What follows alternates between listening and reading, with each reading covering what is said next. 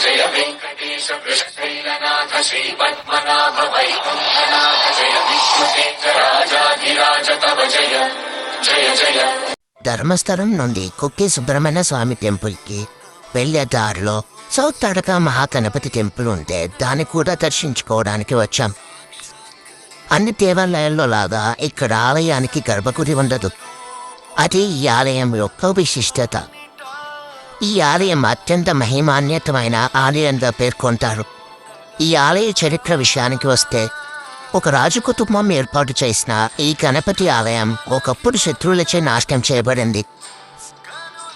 ఆలయంలో గణపతి విగ్రహాన్ని మాత్రం శత్రువులు నాశనం చేయకుండా అక్కడ గోవులు కాసేవారు తమతో పాటు విగ్రహాన్ని తీసుకువెళ్ళి దోసకాయల తోటలో ఒక ఎత్తైన అరుగుని ఏర్పాటు చేసి అక్కడ విగ్రహాన్ని ప్రతిష్ఠించి పూజలు చేయడం ప్రారంభించారు.